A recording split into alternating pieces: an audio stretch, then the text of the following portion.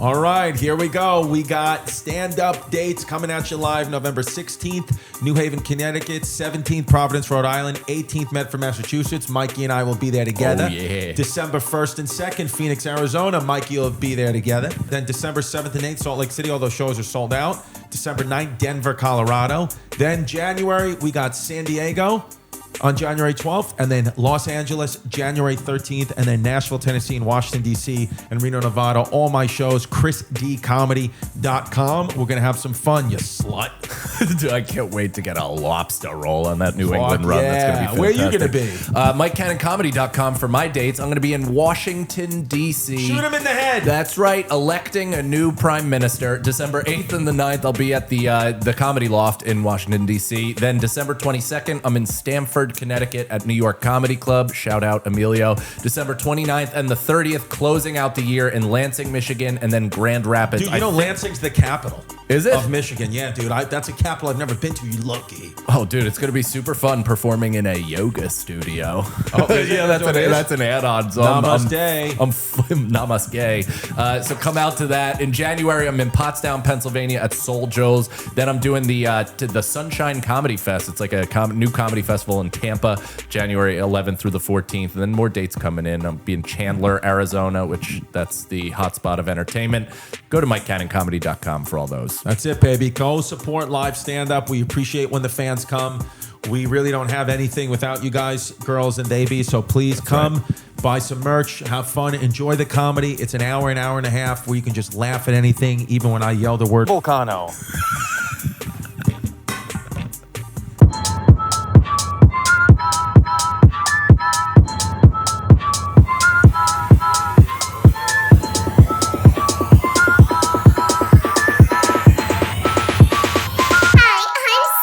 What's up, everybody? Welcome to another episode of Chrissy Chaos. Of course, we have Mike Cannon on, as always, and his hair is getting grayer. And the women love him. The guys love him. Everybody loves him. And now we have our guest, Stephen Gilchrist Glover. Yeah, dude. How are you doing? You know I was born on Stephen Street, and it's spelled Stephen. Nice. How wild is that? So that means that this was always going to happen. Yeah, big time. Dude, the last time I saw you, I was in the back of your van, and it was an amazing experience. Did your great podcast, and I've just been thinking about you every moment ever since. Dude, I love it, man. I love it. I heaped praise on you, like to the point where it was like borderline uncomfortable. Right. Well, know? I enjoyed it. And I would like for you to do it again. Yeah, my experience with it, Chris, everybody, was really favorable from the beginning. I feel like you hit me up on Instagram. Yeah. And I was like, rad, dude. You were like, hey, let's do each other's pods. I was like, dude, I'm all about it. Thank you so much for reaching out. And then we took it to the texting, and I was struck by how responsive you are, how like people don't write like actual with grammar, yes, or like full sentences, yes, thoughtful. And I was impressed by your communication skills. Well, I have an app where everything is AI generated. And also a social media manager. No, I appreciate it, man. And it was awesome. And I'm happy that you made time to come see us here before you go to Are You Garbage? Because that show is Are You Garbage. This show is We Know We're Garbage. well established trash. And this is the great Mike Cannon. Good to officially meet you. Man, I saw you once at Skankfest, the initial Vegas Skankfest, and poor Steve-O couldn't go fucking 4 feet without some autistic neckbeard telling him how much what he did meant to them. I know. As soon as we stepped out of his van, we were in his van at some inconspicuous block in Los Angeles. As soon as we stepped out, some guy just walked by and was like, Steve-O, let me tell you how much you helped me. And then Steve-O was the nicest guy ever. He's like, dude, congrats on your journey, brother. And then that guy just went in like fucking got food out of a garbage can. I was like, Steve-O! He's like, I love you, brother. You keep going. I'm like, that guy's going to be dead in a week. And you were like, he probably is. Steve-O's a good dude, man. I like Steve-O. I think best teeth in the game, best voice. How do you feel that RFK might have the most famous raspy voice now? Ooh. Right? Well, dude, get a load of this. And I figure we might as well just kind of start out by alienating at least half of the audience by talking about politics. Yes. Yeah. Yes. So the other night, I laying in bed, I was just struck by curiosity. So I Googled, what are the Vegas odds of Donald Trump becoming president again? Okay. Okay, guess. What do you think? I would say the odds are favorable. Okay.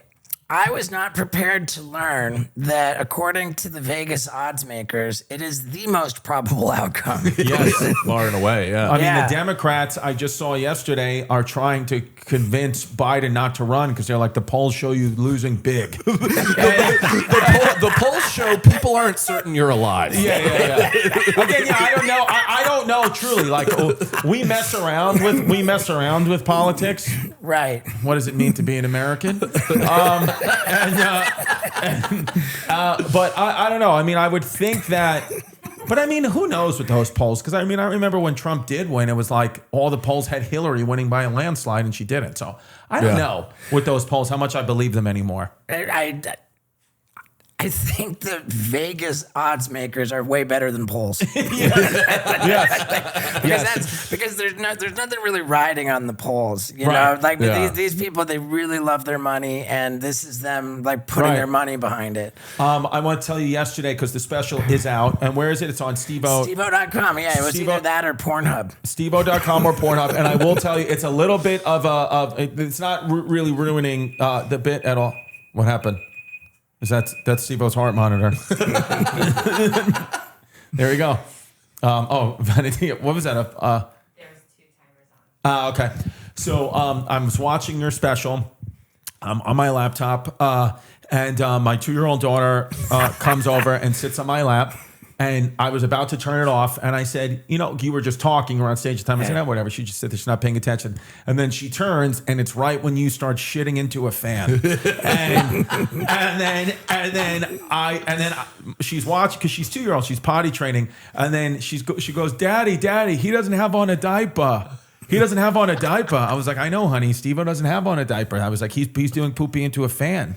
And I was like, where are you supposed to be doing poopy? She was like, in the potty. I was like, let's go. And then she wouldn't poopy in the potty at all. She was just sitting there. And I was like, what do you want to poopy in? Like, what do you want to poopy in? And she was like, the fan. I want a fan. And I was like, wow. I was like, I'm going to tell you, have your youngest fan is my daughter because you and her are both kind of, the same person, which I love. I mean, because the thing is, here's the thing. When you watch, it was funny because my girl was there, Jasmine, who she said that she met you once in spring break. I don't even want to know. And so she's like, he was just like said something to me in the crowd. I was like, I bet. And so she goes, because I was literally, me and Mike were talking about it. We were texting each and forth. When you shit into the fan and it's going all over everything, like laughing to the point where like it was uncontrollable. Like I was seeing stars. Like I wasn't getting blood flow to my brain because I was fucking dying when it's like all over your legs and we're like you're dry heaving and you're also laughing. And then John's like, what is it? I was like, oh, it's the Steve-O shit in the fan thing. She's like, it's not for me. And I was like, you know what? It is. But I was like, well, just watch a little bit of it. And then she loved the intro. The intro of your special. I told you this. That's awesome. I told you this on your podcast is the best intro to any special I've ever seen in my life, period. Well, thanks, man. Yeah. I'm really, really excited about it, and thank you for all the kind words. I love it. What spring break location was it? Because I used to like really hit them off. So she says it was. I think. Well, you know what? Can you get my phone? Let's call her. Yeah, let's call her. And I want to see spring break. I want to see Bushwick. exactly what happened. Thank you, Veneti. This is Veneti. Everyone, look at her new Nick shirt she got on eBay. Hold on. Let's call her. Let's see. Oh man, she's in a bad mood. I'm gonna guess it was Panama City, Florida. Might have been. That sounds right. She is missing a tooth. Unless it was Acapulco, and then it's not gonna be a good story. Let's see. Come on, pick up the phone for the bit. Pick up the phone for the bit. We need the views. Cancun. I went there a lot. She might have been. It might have been in Cancun. Cancun. It might actually have been Cancun. Where the fuck is she? Yeah. What is she doing? Why are you not picking up the phone? You cheated on me with Steve-O? He's right in front of you. You cheated on me with... But that's how some guys, crazy guys, are like, I bet you cheating on me. If it was in Cancun, there's a stronger chance. Call me. I'm saying call me. Okay. Here we go. All right. Okay, well, while we wait for her to call back, let me tell you what the Vegas odds said. Okay. Number one, most probable is Donald Trump, 40% chance that he becomes president. 40. Okay. Behind Donald Trump, President Biden, 36 point something. Okay. And then in third place, and a distant third place, we've got the California Governor Gavin Newsom at an 11% chance. Okay. And, oh, wow, betting odds. Wow, it's changed. They got DeSantis. Yes. They got DeSantis. They got Vivek Ramaswamy. I think this is old. Because Biden fell. Biden fell. Off his bike. Yeah. I mean, dude, what I want to know is why. I mean, why are we even entertaining the idea of Biden over here? You know, like, but you've got a choice between, like, let's face it, it's going to be a convicted felon, yes, or Weekend at Bernie's. Right, right. A true lifeless cadaver. Yes. Yeah. I mean, I'd like the one. Well, the thing is, though, they're all felons. It's just which ones are convicted or not. But I get it. I don't know. That's why I personally am voting for China to take over. I'm voting for the Emperor of China. Do they have an emperor? They should. They should. I'm voting for China. I don't know. With this politics stuff, I only know. See, the thing is, I think all of us only know whatever the media chooses to show us. The bottom line is like we don't really. I don't think that any of us really fucking know what's going on. Like, even if you're very, very, very informed and you watch the news every single day, you're only still knowing what the media is choosing to show you. The real behind the scenes stuff, we just don't know. Well, and you make it seem more simple than it is. It's not the media. It's depending on which news you're watching. Exactly. Yeah. Like, I mean, that's what's so crazy about it. Financial vested interest in each person and their policy. It's all divided. We live in a time of mega threats. Yes. Mega threats. Yes. And it turns out, I think climate change is actually a thing. Right. And well, we disagree, but we're recording. Tell that to my new Hummer. Yeah, good. No, it is. It's a thing. And like, what are the other mega threats? The dollar. Come on, the dollar. The dollar. Nuclear war. Nuclear war. Oh yeah, World War III is popping. World War III. I think it's popping. It's popping. One of my friends, I know a guy who's a Navy SEAL who's active duty, and I texted him just a week ago, and I was like, "Hey, what's up, man? What are you doing?" And his response was, "Warhead on my forehead." I said, "What? What does that mean?" And I swear that was the text. Warhead on my forehead. I said, "Okay." And he went, "They're preparing us." I was like, "Oh, good." And then I was like, I always say something stupid. Then I'm like, "Is there anything I can do?" What am I going to do? Jumping jacks and training? Should I? Do you want me to watch Rambo? What do you want me to do? Now, I actually spent my night last night Googling, not Googling, YouTube search engine. Yes, we love it here. WW3. Just to see what's coming, what's going to be coming and up. what they say? What are some nice options? I came to learn, according to the YouTube videos I watched, that it seems Iran is pushing for World War. Yes. Yeah. They're I love fresh off of YouTube research, Steve-O. I'm just like, let me tell you what I know about World War III after a quick YouTube documentary search. Now what I learned is that Iran it has what's called proxy groups. Yes. Proxy meaning like not in Iran, other places. They're effectively like terrorist groups which are funded by, and like Hezbollah is the most funded terrorist group, the most armed, the most organized. And it's all like controlled by Iran, Right. In Yemen and Lebanon and like literally all across the Middle East, and it's Right. like it's all like funded by Iran, and Iran's just like, oh, you know what? Like let's fuck up Israel and the U.S. That's kind of the Well, the I game think plan. that probably there's not going to be, I would mean even some of the Israel-Palestine stuff is probably going to get absorbed into proxy war stuff, because I don't know that anyone's invading mainland United States and mainland China, Well, right?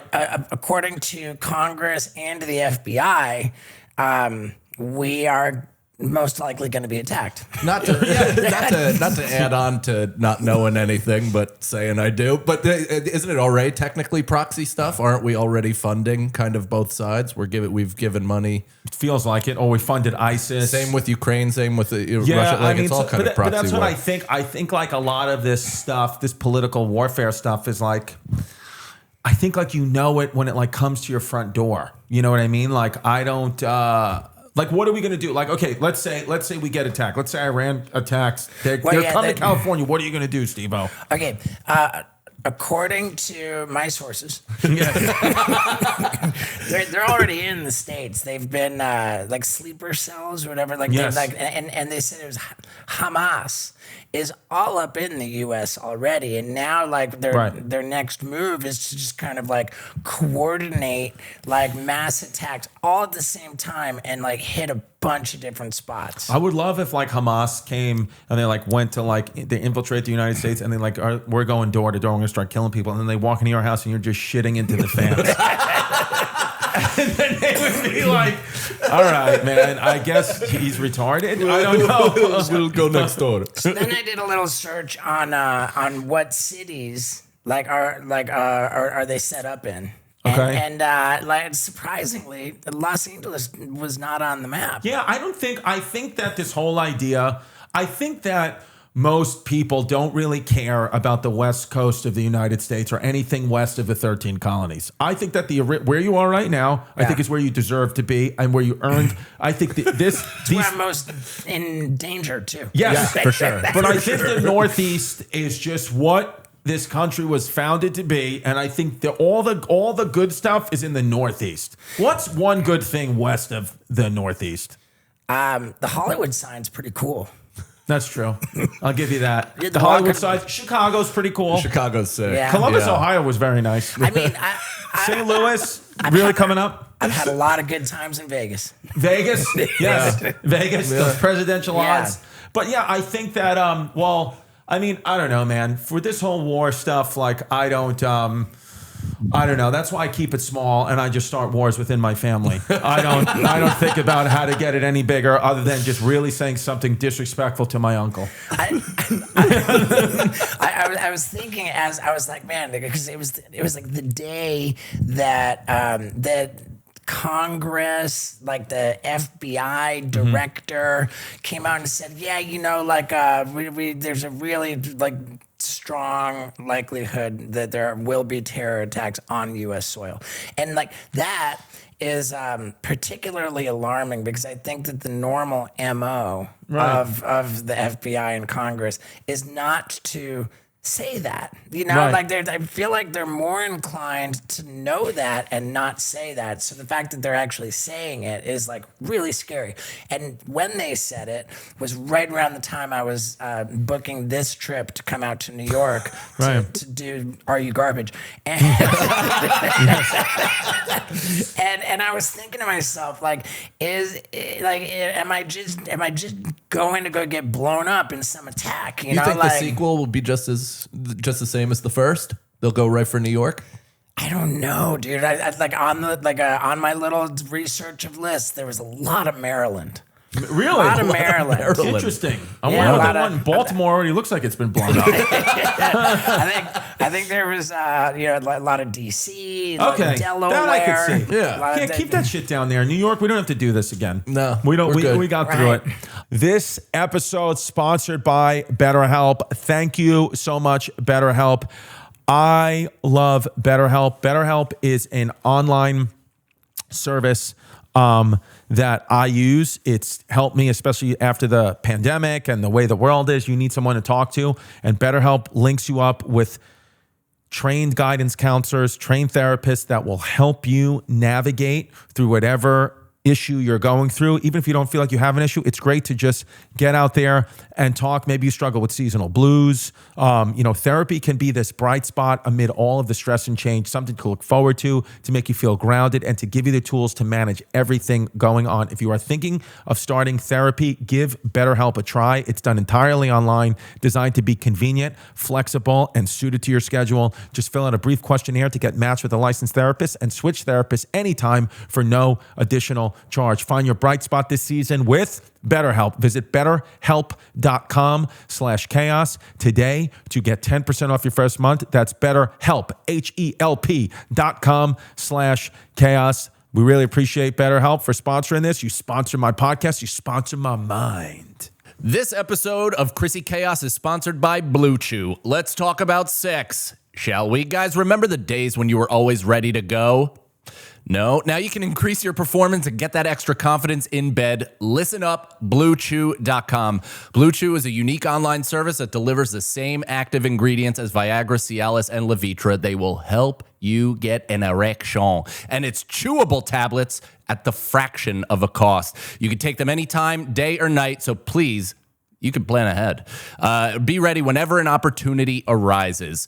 The best part, it's all done online. So listen, no visits to the doctors, no awkward conversations, and no waiting online at a pharmacy. Blue Chew's tablets are made in the US of A. No outsourcing, jobs in America, and prepared and shipped direct to your door in a discreet package. That's right. No neon lights with an arrow pointing at the box calling you an inept loser. So does it work? Do you think you need it? You do. I do. I've been married to somebody for 7 years, so I need a little bit of a boost to get fired up to be inside of her. And I go to BlueChew.com. That's BlueChew.com. There's nothing sexier than confidence, guys, and Blue Chew can help give you the confidence where it counts. So listen, go to the website. Again, BlueChew.com. We have a special deal for our listeners. You can get it free when you use the promo code CHAOS, CHAOS. If you didn't know that, boy, that's troubling. But check out, you just pay the $5 shipping. That's BlueChew.com, BlueChew.com. Promo code CHAOS to receive your first month free. Visit the site for more details and important safety information. And we thank you, Blue Chew, for sponsoring the podcast and allowing my marriage to flourish. I love all the beautiful points that Steve-O makes and all the research Steve-O makes. And then we're going to cut to a clip here of him jerking off skydiving. Here it is. Riding a horse with a fresh vasectomy. Right. Well, but the dichotomy of you is what's the beautiful thing. That is what's beautiful. fascinating. Well, thanks, man. And I was thinking, too, because, while I'm here in New York, I'll be attending Madison Square Garden's the UFC fights. Oh, sweet. And Nice. I'm thinking, man, sold out Madison Square Gardens, UFC fights, that's probably going down. No, I think. Well, do I want to be there for that? And then my next thought was, hopefully I'm close to the blast and it's quick. Hopefully it's quick and I just get blasted immediately. I love that they never find his body. They just find the picture of his back of one of his tattoos with just his own face and just his charred back on the ground. Right next to Ewing's jersey on the rafters. And I thought I had two strong thoughts. First I hope it's quick, and then the two thoughts are, man, I'm glad that I finished this this incredible multimedia project, and that it's not, even if I get blown to bits, still my best work is out there. It's out there. The bucket list, it's out there, and so thank God I got it out there before I died. And I also had this strong thought that, oh damn it, I don't have a will that's worth the shit, Yeah. Who are you going to leave your money to when you die then? I have my beautiful fiance. That's Lux. Right. I would really want to, you know what? I'm gonna put it out there before I get blasted. Yes. I'm gonna say this and let this be my will.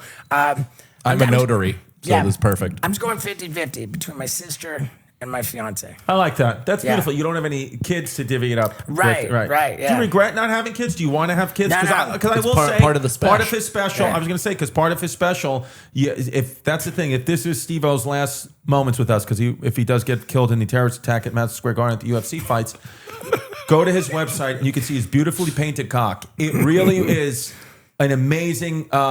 Beautiful penis Steve-O has. For real. And it's a shame that not a shame because it's up to you, but it would have. I know that cock would have made beautiful children. Yeah, but then later in the special comes the bucket list item called the vasectomy Olympics. Right, which Mike, that's the one that Mike he almost made it through, but he started actually vomiting. I had So to watch it in parts, dude. It was. Yeah. I mean, there was somebody that passed out also in your Yeah. show like that. yeah. That's well, see, that's the thing with Steve-O's comedy and special because I joked around before, but Jasmine really did say she's like, not for me. But then guess what?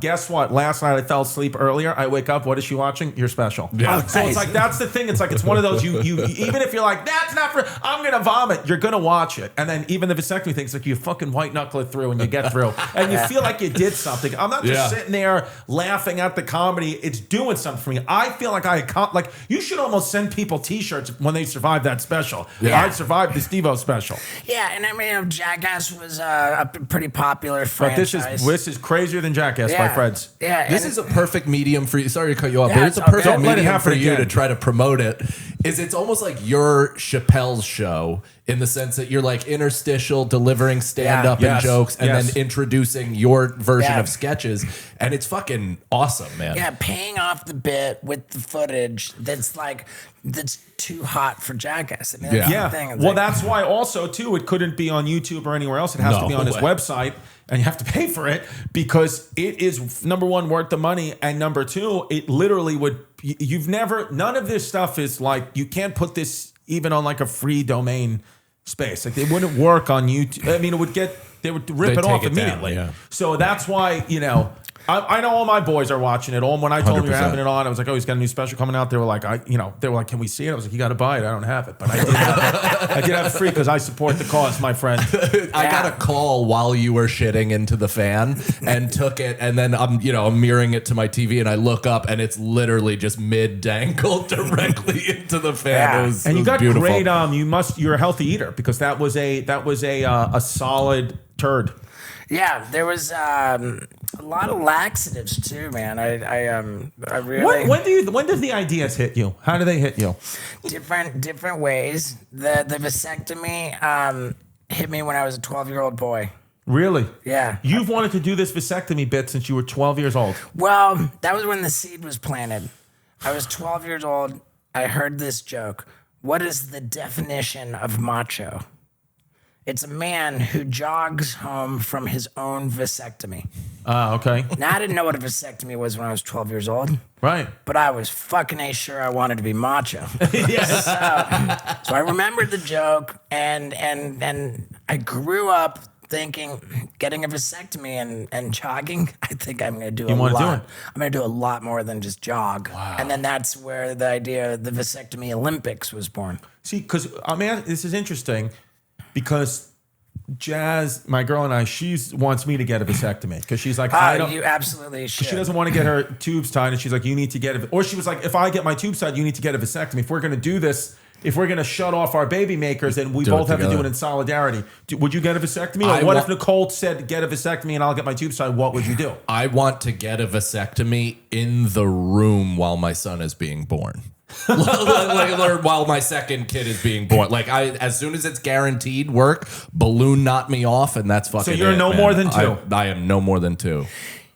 The tube tying thing is super gnarly. Like that's like a way gnarly, invasive, like super heavy thing to go through. Meanwhile, a vasectomy is like so easy. It's reversible too, I think, a vasectomy, right? Yes and no? I don't understand how the reversal process would even work.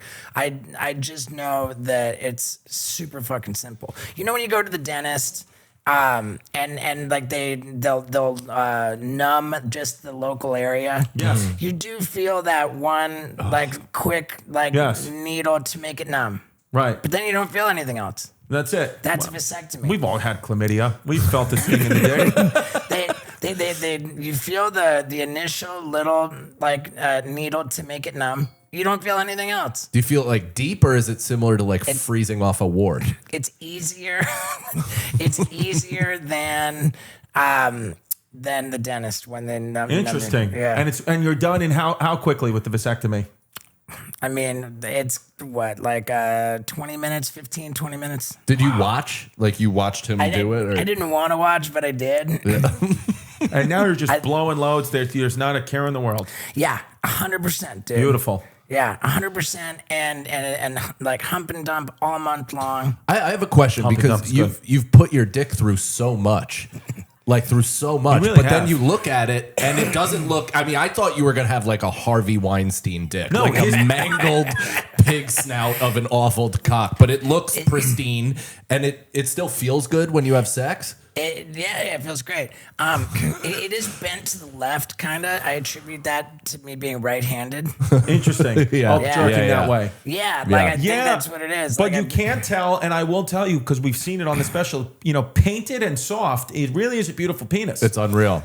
Oh man, thanks, dude. Now let me ask you a question. I know you don't have children. Mike and I are both fathers, and we talk about that. And we have a segment on the show called "Call Him Daddy," and the second, and it's called "Call Him Daddy." It's an idea, and we talk about different things with kids. And I want to just get your advice on this, Mike. I'll bring this up to you, and then Steve-O, because I feel like even though you don't have kids, I feel like you're a very smart, very mature guy, and you're forward thinking, as I could tell by your Google researches of World War III and the presidential Vegas odds. So. I was having this discussion yesterday with Jasmine because we got an 8-year-old, 13, 8, and 2. And my 2-year-old is really, she goes through phases where when you tell her to sit down or the timeouts, nothing's working. So I proposed to Jazz, I said, what if once a day or once every other day or when she is at her wit's end, we allow her to just make the mess. We allow her to just get it out, make the mess, whatever you want to do. Us as the parents, we're going to have to clean it up anyway. But rather than saying, don't do this, don't do that, crumbs here, you have 20 minutes, go nuts. And then hopefully she gets it out, or maybe, she just says to herself, well, I don't want to be in this mess either. And she stops because every other thing that we've tried is not working. Yeah. And we're just then getting frustrated and getting angry at each other because there's a constant mess. And I'm like, why don't we just allow it for 20 minutes and then see what happens? What do you think? I'm going to disappoint your audience, probably with my answer. Well, you've disappointed my audience when you kind of hinted that you would vote for Joe Biden.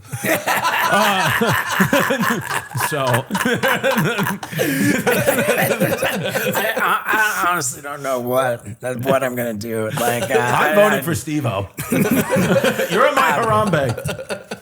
The problem with what you're suggesting is that it lacks consistency.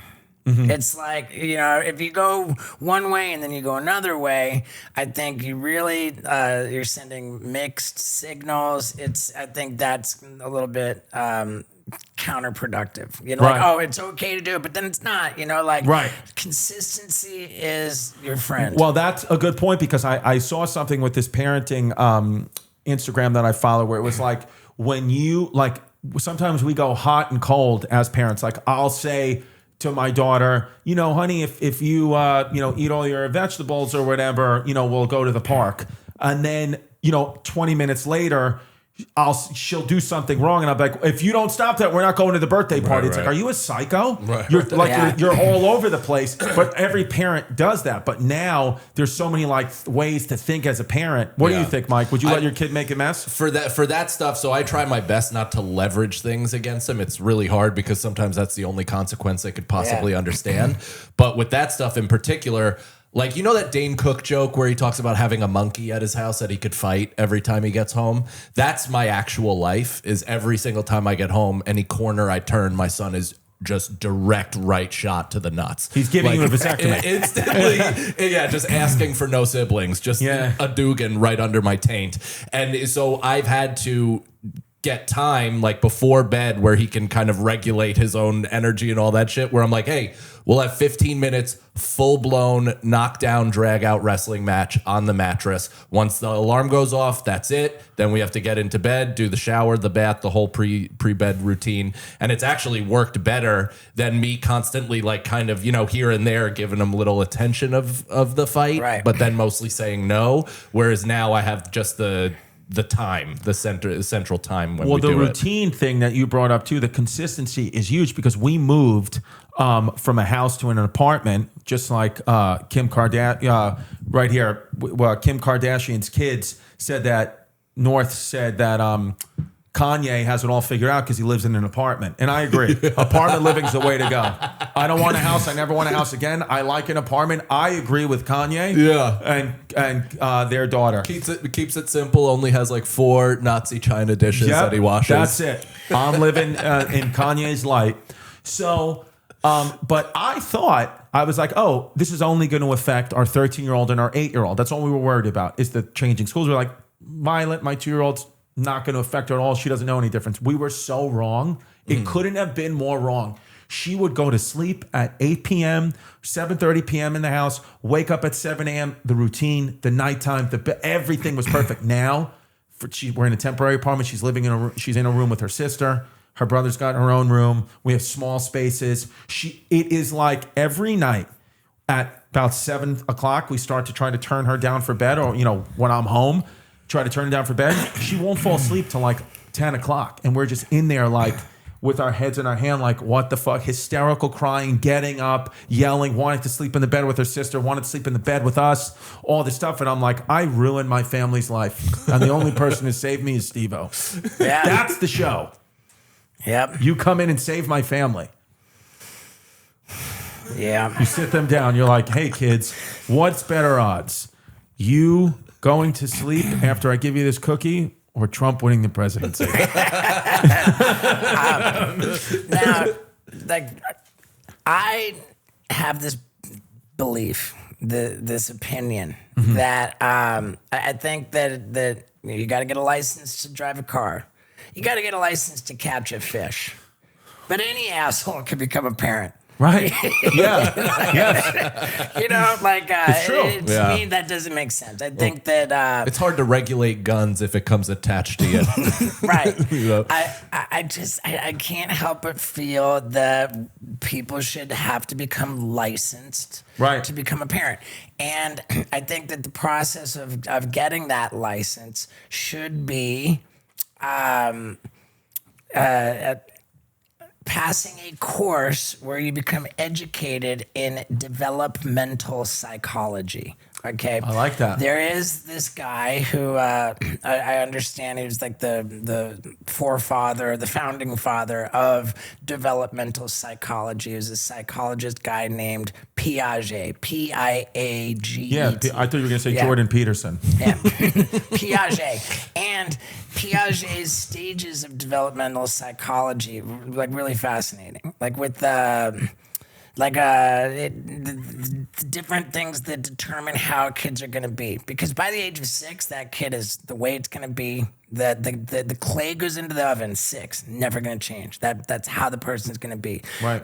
People are very malleable for the first 6 years of their life, and then never again. Right. So the first experiences that you have are the most important, right? Like coming out of, like when the baby comes home. Oh, hold on, Jasmine. Speaking of the baby, let's talk. Hello? Yes, hi. Hi, listen, you're on the Chrissy Chaos podcast. I legally have to tell you that. No, Chris. Listen to me.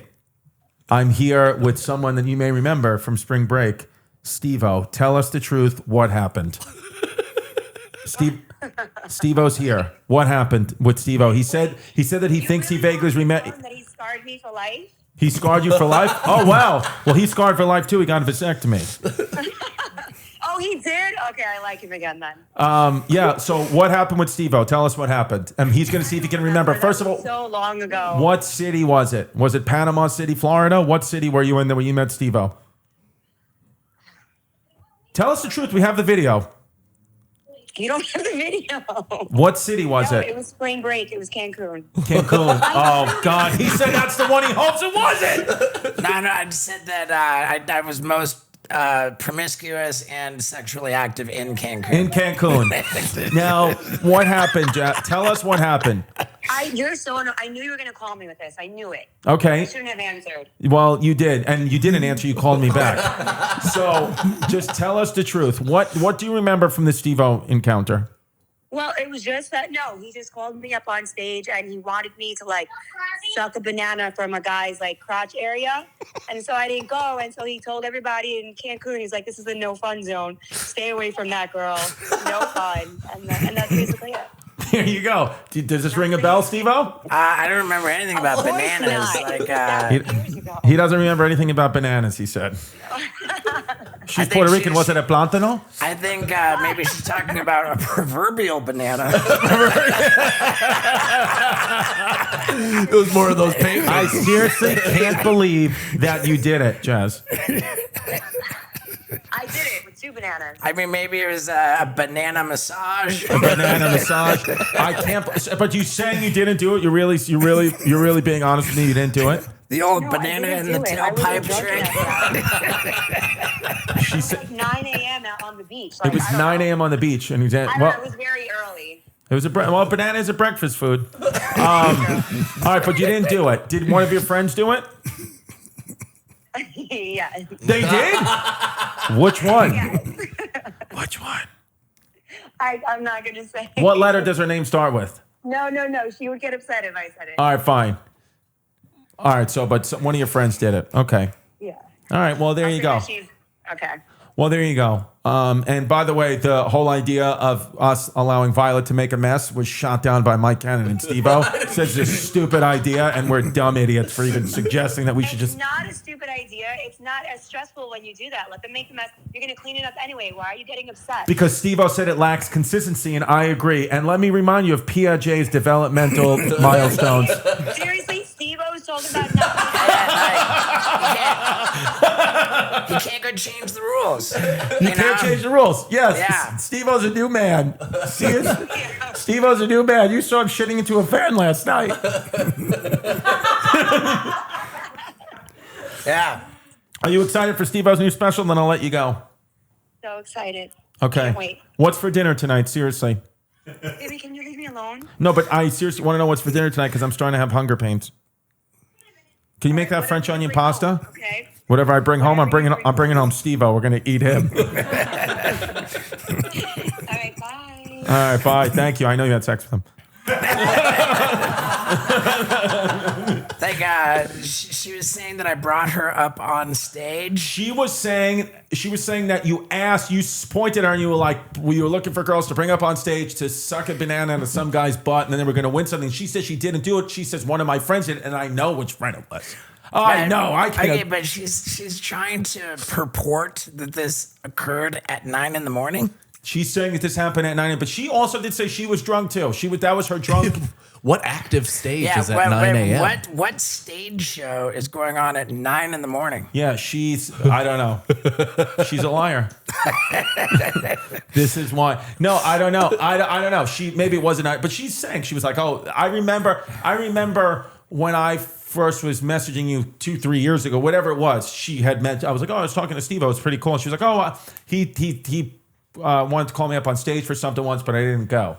And then, you know how everybody has like a memory. You would never remember it, but is that a weird stage of fame for you to be at, that you went so hard in the paint for so long that there is a 6 degrees of separation from almost anybody you'll meet of somebody you've had sex with or some sort of kind of experience? Yeah, I don't know, man. I don't know. I remember, I did at that time when I was doing the spring break thing.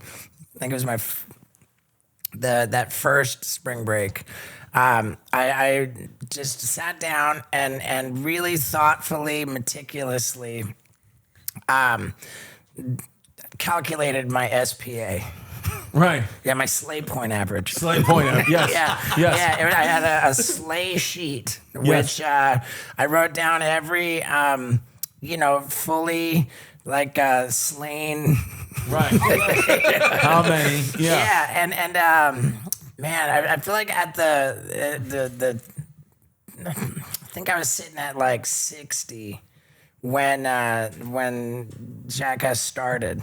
60. Yeah, It's a good number. but then I kept updating my sleigh SPA. But now you've installed now. You've installed SPA just with one now. Yeah, now I'm retired. Yes, retired. Yeah, but dude, I remember adding 12 victims after a trip to Cancun. Wow. Yeah, I was. That Did one of them had a butterfly tattoo in her tit? I don't remember that.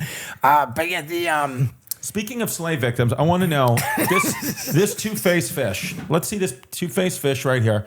Let me see that. Would you? This turned me on looking at this fish. Would you fuck that? Could you imagine that was your face?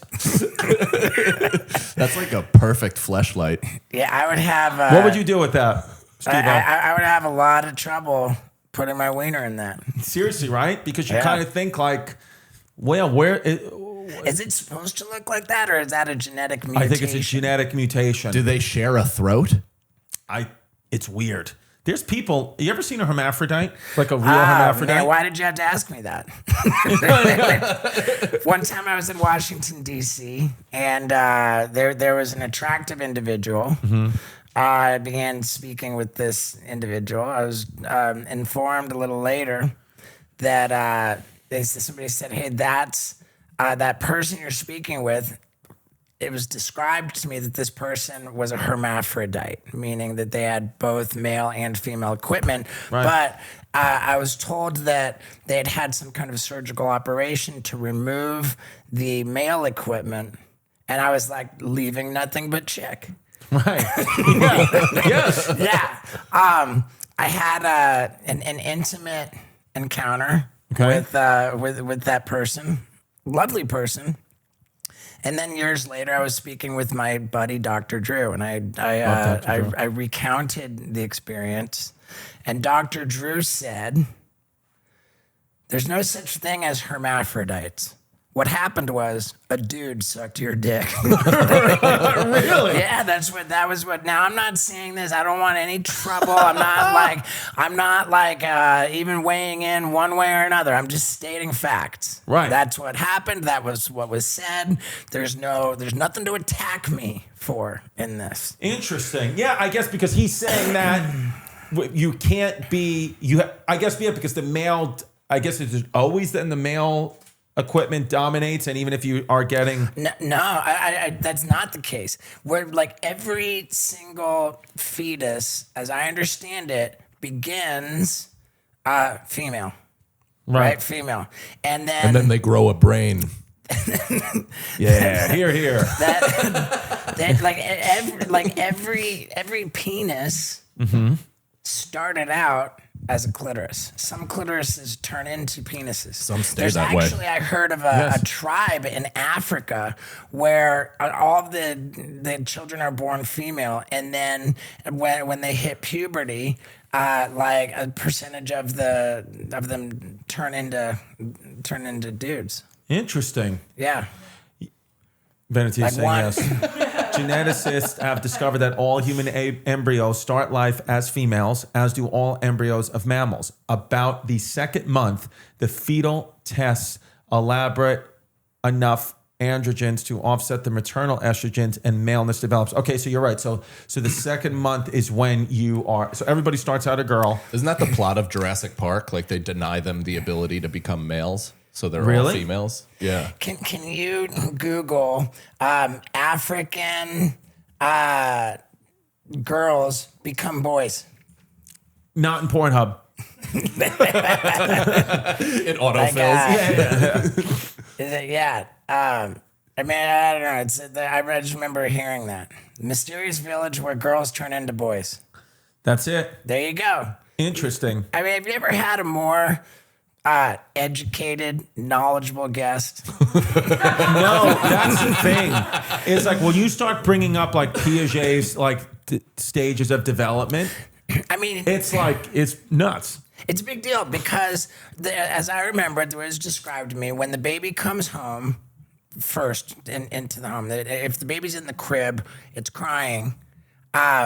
Whether or not you go to comfort the baby is like one of the most impactful things in that baby's future, because the baby doesn't know anything about the world, and its first information about the world. If you don't go to that crib and comfort that baby, the first information that baby gets about the world is that the world doesn't care about me. I'm on my own. Here I'm crying. I'm upset, and the world's not here to help me. Like Right. I'm, and so this is where, like deviance. It's kind of like, oh, the world doesn't give a fuck about me. I don't give a fuck about So the you world. think somebody who went on to become like a deviant, horrible person, it could have been like one bad night that formed their brain, like when they were a baby. The first experience. Yeah, and just for what it's worth, my dad, like, proudly said, I'm not gonna fucking go to teach this fucking kid that crying's gonna get him anywhere. I'm not raising a fucking pussy. Right. That fucking kid can cry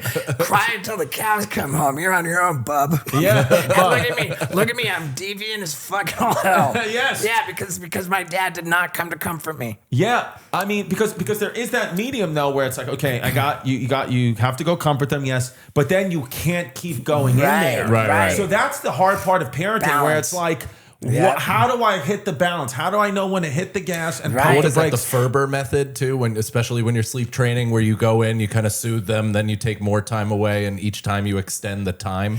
So Right. you're teaching them more or less how to be emotionally Do resilient. you do that though, like with your son? We did, yeah, we did. We like sleep trained him and had to do the whole sleep process. It's like it's controlled negligence because you feel awful the entire time because they're screaming their fucking head off. So now all your they've son known just is goes support. to sleep at whatever his I bedtime. mean, now he's 4, so if he didn't, I'd punt him out of the right. home. But yeah, because I'm like, it's almost to the point now with like my 2-year-old where I'm like, oh, we fucked up. Like I fucked up something because like this is not supposed to be happening with her sleep like this. This But is there's bad. there's regressions and shit, so you always can kind of reset it and I go just back. forgot how hard a 2-year-old is. Like Yeah. 2-year-old is the hardest age. Terrible twos. And then you got 3s they call 3-nagers. And then you got that. And then I'm like, holy shit, man. Listen to me. When you shop at Uncommon Goods, you're supporting artists and small independent businesses. And if you don't support small independent businesses, you're a piece of shit. And Uncommon Goods is the place that I love to go. They literally have uncommon goods. They have things you're very, very difficult to find other places. The fine products are often made in small batches, so you got to shop now before they sell out for the holiday season. This is Uncommon Goods. Listen to me. Uncommon Goods is the place that you need to go to fill that stocking, to get that gift for a loved one, for a friend. Uncommon Goods is like they're going to open up that holiday gift and be like, wow, where did you find this? And you're going to say Uncommon Goods. Uncommon Goods looks for products that are high quality, unique, and often handmade right here in the good old USA. They have the most meaningful, out of the ordinary gifts anywhere. You have from art and jewelry to kitchen, home, and bar. Uncommon Goods has something for everyone, not the same lackluster gifts you could just find anywhere else. And with every purchase you make at Uncommon Goods, this is what I love about them. They give back $1 to a nonprofit partner of your choice. You get to choose it, so you know where your money's going. They've donated more than $2.5 million to date. To get 15% off your next gift, go to uncommongoods.com/chaos. That's uncommongoods.com/chaos for 15% off. Don't miss out on this limited time offer. Uncommon Goods, we're out of the ordinary. I just want to be Mr. Beast, who's facing backlash after helping. This guy built 100 wells in Africa, and people are still talking shit. I guess because why? Because he monetized the video? Yeah, but the but he helped monetization is the people. reason he's able to do it. Yes. Yeah. Doesn't It's- make any sense. It's crazy. People like attaching. I mean, I don't know enough about him, so who knows? He could work for some dark forces, but it seems like he's monetizing everything, puts that money back into everything, and seemingly all the things that he does is to help people. If you're Right. building 100 wells in Africa, I know one thing and one thing only. When you cried in the crib, your parents came to you. Yeah. That's what I know. Right, Your parents right. helped you. Yeah. But you don't want to go to the crib too much because then they think, oh, the world is my bitch. That's right. Yes. Right. That's so true. you do need balance. Okay, now the next thing that I remember is potty training. Okay, Yes. Yeah. potty training is a big deal in developmental psychology because, like, here like a lot of parents think, oh well, I'm gonna say, oh you shit, that's bad. That's to teach them like not to shit certain ways. But the thing is that the baby is like, I couldn't help it, like I couldn't help it, like it's just a natural thing, like Yeah. and like I didn't do anything wrong. I just pooped. I couldn't help it, and I got in trouble.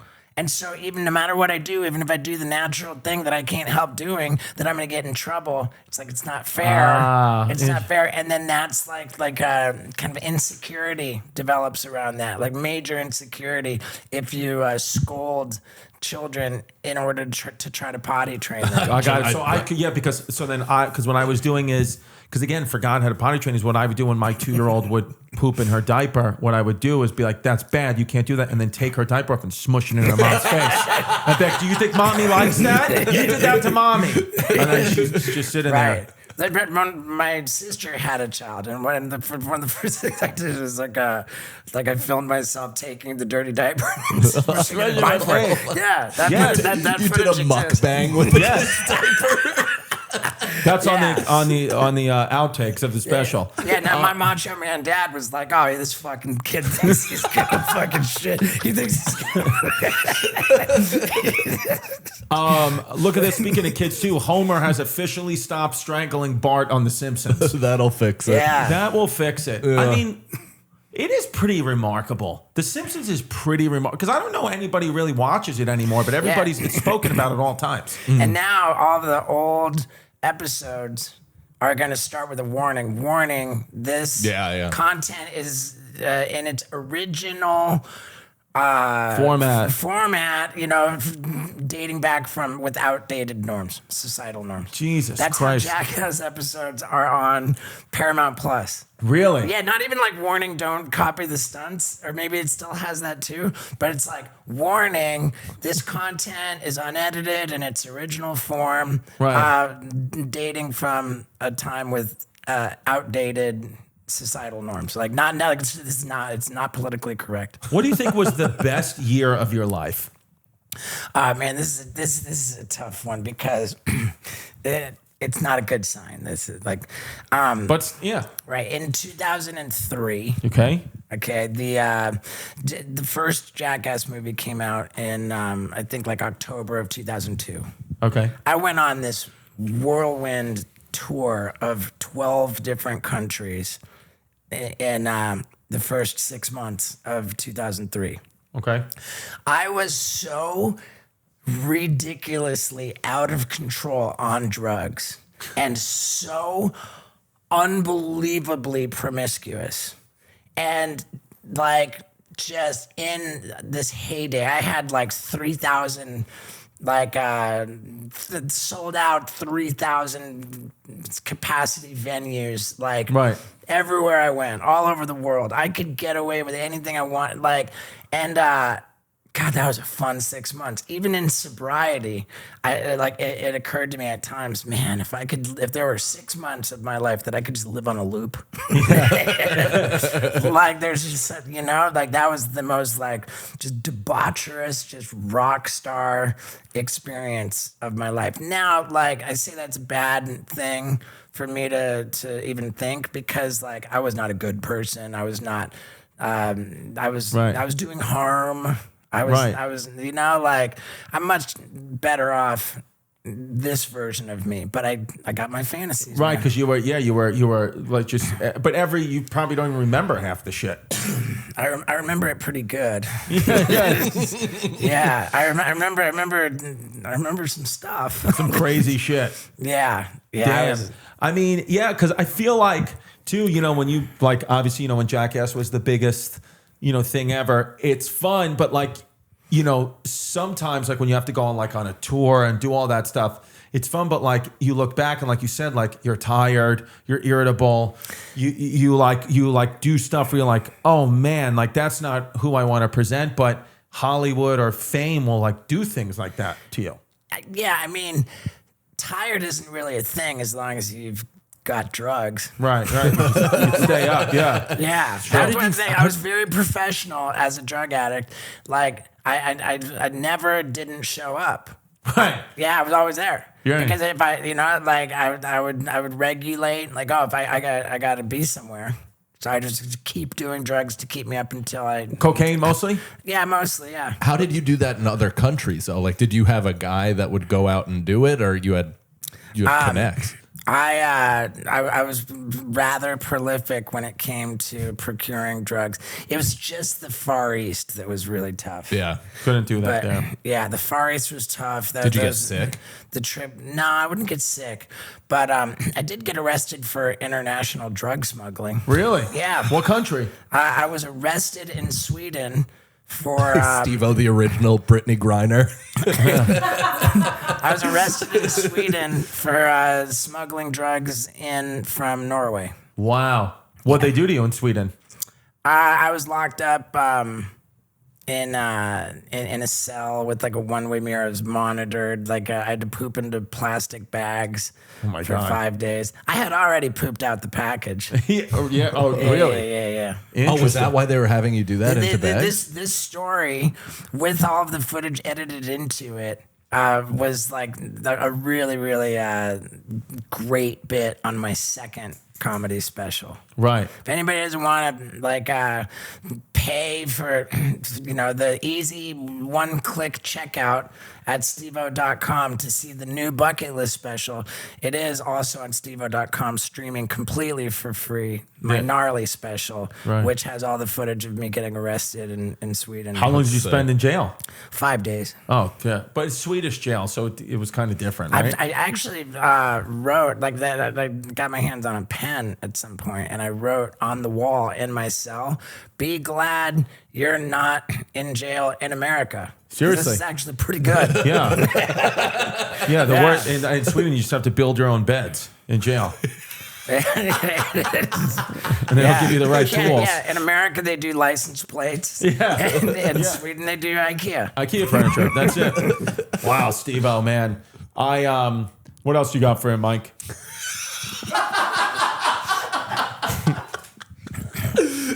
I'm the one. My favorite stunt of yours that also like strikes the most fear in me is the shark one when you put the hook. Oh yeah, I thought you were gonna say paper cuts. The paper cuts is. I mean yeah. that like almost goes without saying that's so horrific. I can't like really watch you feel it. that in your ass. But I just every time I watch that, I have a fear of shark. But like every time you watch that, there's so much that can go wrong. Yeah. Like, was there actual contingency plans based on injuries, or it was just let's see what happens? Check that out. My 10 craziest shark encounters. Yeah. Like that was a fun video. I made a video of just the 10 craziest ones. Do you ever wake up?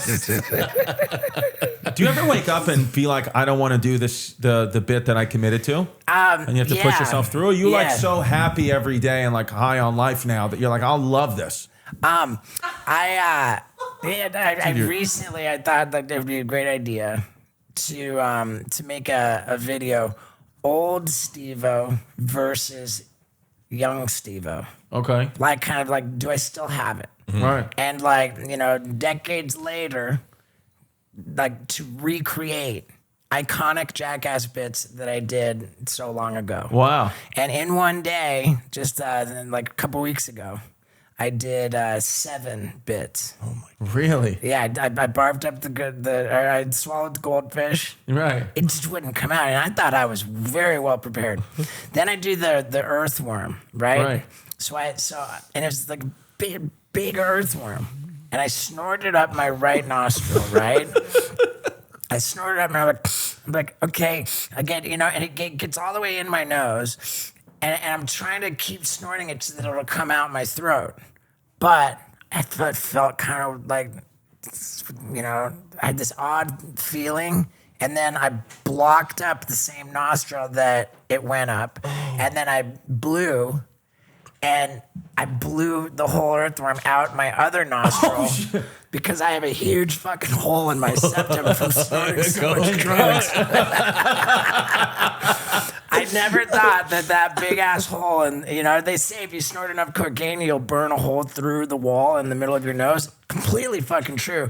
And I burned a hole big enough to blast a huge earthworm through it.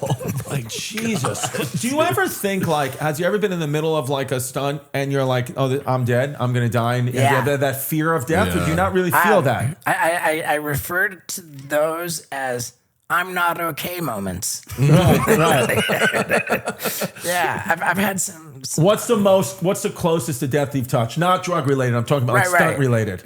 It's so it's so well. Scroll to the right. You got 10 times we could have died.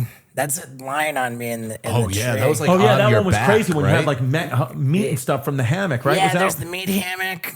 See, look at that. Oh Dude, look my at that line God. on me, dude. and that hurt. Like you felt that shit. That really hurt. I mean, I got away with it. But yeah, there was just the near death stuff was pretty much all like wild animal. So like wild animal stuff, and you think Wild animal stuff. there was a close call with scuba diving. right? Like I thought I heard the sharks are at the bottom. You know, Yeah. so I had to go to the bottom. Right. But like I went down too fast or too far or something or other, and you know the camera guy like grabs my fin and he's like frustrated. Go up, and I'm like, all right. Like you know, so I go up and he goes, you motherfucker.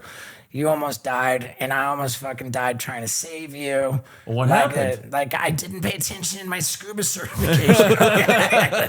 You know, you're not supposed to go down too fast or Right. far or The there's bends something. or whatever. Yeah. Yeah, and so I almost died. But you didn't feel anything. You felt fine.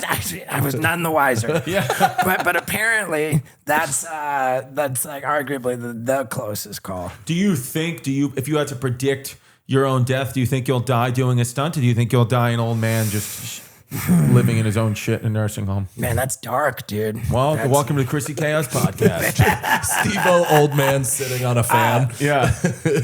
I think that I picture myself dying, like right by the octagon. Not in the octagon, but very close. Like, Right. you know, kind of really good VIP seats. Yes. Just dead. In fact, I think that this podcast comes out after I've died at the octagon. Right. The moment it's announced, just to get into the alcohol. Yeah. Wow. Yeah, man, because it is one of those things where I think we're so fascinated by you because, I mean, there are certain people out there, but I know for myself, I would be like, I wouldn't have the courage at all to be able to do any of this. But then even furthermore, it always looks like, at least on camera, like this is like an exhilarating, all these stunts are like exhilarating experiences for you. Like you almost like live like a better life by almost cheating death every day kind of thing. In a way. I mean, I think that what's exhilarating is like getting the footage, having the footage. Right. It's like always, this is going to be terrible. This is going to be awful. It could go really wrong. So you never do anything without filming it. You never just do one for you. You Oh, never yeah. just blow an earthworm out of your nose just for you. Just for fun. It's always filmed. Have they Yeah. have they ever not, like, have you ever gotten hurt from a stunt and they said we didn't get the coverage? Actually, no. 1995, I had one of my worst, if not the worst, and there was no. I was trying to impress a chick on a balcony at a keg party on campus at the University of Miami. I was telling her that I was going to be a super rad, famous stuntman. And, you know, like, check it out. Like, imagine, like, I'm in a movie or something. Right. And, you know, and it's like a fight scene kind of a thing. And I get punched, and I, like, pretend to get punched, and I throw myself off the balcony. Which I would do a lot. But this time I was, like, on, like, Valiums and drunk and Right. like, you know, and I didn't put my hand in the crucial spot to, like, catch myself and then let go to fall off the balcony. I just spun over the railing. Oh, snap. Spun over the railing and landed on my face on the concrete below on the ground. And How many? it was a second floor balcony, so, Okay. so it was pretty mellow. You know, it was only one flight, like 10 feet. Right. But I landed on concrete on my face. I broke I fractured my cheekbone, broke 7 teeth. I had 10 stitches in my chin and a broken wrist. And I was just knocked out, like not responsive, face down on the concrete, like pool of blood just growing around I was just face down in a pool of blood that was getting bigger and bigger until the ambulance came. And that's not on footage. Was the girl impressed? I don't think so. No, she didn't Yeah, jump down there and start licking up your blood. I definitely never hit it. She didn't hit it. She didn't make the sleigh counter. Yeah. Wow. Her name was not on my sleigh sheet. That's it. Interesting. Yeah. No, I never. I think like. But see, it's amazing how now the you know, with your like knowledge of like psychology and like reading and knowing things, is that only since your sobriety, or were you always that way? Oh, my hunger for knowledge. Your hunger for knowledge. Were you literally were you laying in a hammock with meat coming out of your body in the middle of the African desert, being like, I need to read more Howard Zinn's? I think that I always had a reasonable hunger for knowledge. Right. Yeah. Right. That's Yeah, good. I think that it's been a little bit under the radar, Right. like my thoughtfulness. Well, that's the thing with people, right? Like some people just present themselves as extremely articulate and, you know, like they, you know that Elon Musk is smart. You know, right? But like pretty much anybody who gets to like a level like you, who can like take over, like, you know, like captivate audiences, Kim Kardashian, another one. These people are extremely intelligent. You cannot get to the levels people get to without having an extreme sense of knowledge or hunger for knowledge. We're like, but I think sometimes like the guy sitting at home in like Middle Village, Queens is like, fucking idiots. No. What are you, fucking idiot? It's like, no, they're 10 times smarter than you'll ever be. Well, and the art behind the thought process of the bit. Like just even shitting into the fan, that's hilarious. Getting a vasectomy, riding a horse, that's hilarious. The thing that made me really fucking laugh was the trank dart and ride the premise of get tranquilized and then ride your bike for distance before you pass out. That's just such a fucking funny premise. And I'm like, God, that's a great bit. Yeah. Well, thanks, man. My dad had a quote one time he was interviewed about me, and he said, I have a dream. "No, my Dad's dad, not MLK? yeah, my dad said, the world is full of people trying to look smart who fall on their ass, and Steve, I think, actually is pretty smart, but he does a great job of looking stupid." Yeah. Yeah. Well, And then he went on to say, and that's why I think he's been successful. Is Right. You know, it's interesting. Things like that, like I always, whenever somebody like always like wants to correct someone and like look like they're the smartest, I'm like, oh, you're breaking like the cardinal rule of like, you should never, ever, ever, ever, ever show someone how smart you are. You should prove it, actions, and like, don't get caught up in like the corner. Because my mom always used to say, if you are the smartest person in the room, it's time to find a new room. how about that? I Yeah. like that. And I'm telling you, that got ingrained in my brain when I was like 10. And now I try to like live my life that way, where I always have, where I've been like, always try to be around people that are like challenging you. But don't announce how, I need to leave the room because I'm smarter than you fuckers. Yeah, you don't want to say that. And I think it's also a pretty fair bet that anybody who says they're smart or says they're rich, in most cases, they are neither. Exactly. Or just scraping. Yes. Yeah. Just getting there. Yeah, like people with intelligence and wealth do not feel the need to proclaim. Right. their No, because they intelligence or understand their the wealth. cosmic joke of impermanence. And that's also what comes across in your whole act, which is like, this all could end at any point. So why not try to have as much fun and be as silly as humanly possible? I remember meeting Kid Rock. Many times I met Kid Rock, and he was fantastic. Like this guy, I have a video on my YouTube channel, wildly popular video. It's called Celebrity Cocaine Stories. Yeah. I just tell the stories of the most famous people I did cocaine with, and like Kid Rock, right there on the thumbnail, the good old Kid Rock. Right. But one time I was friendly with him, and he's a great guy. I love him. We were hanging out at the Roosevelt Hotel, and he was saying something to the effect of like that he was really like doing well. Right. And I said, yeah, but let's be honest. I said, we're like, no matter how well we're doing, we're really just like one injury, one lawsuit, like one just bad moment away from just losing everything. Right. And he said, "Nah, man, I'm fucking rich." And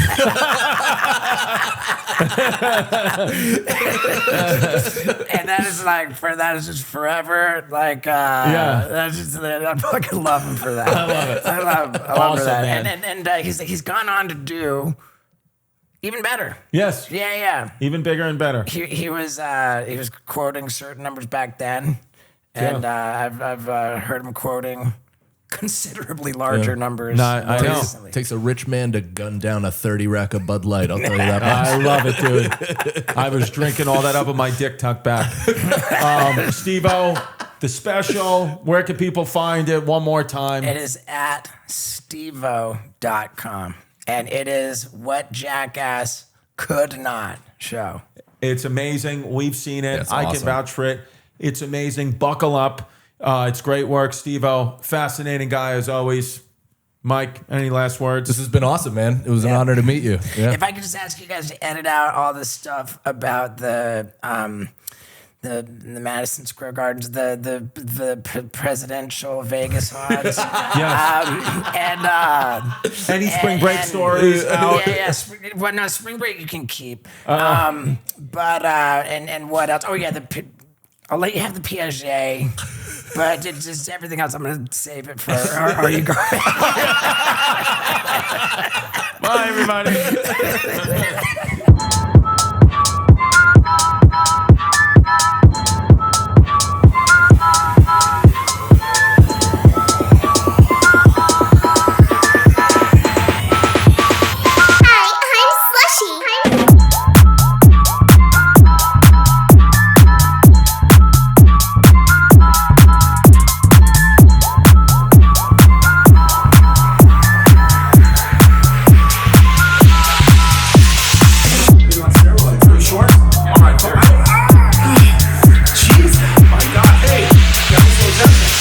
Feels like to be Tom Segura.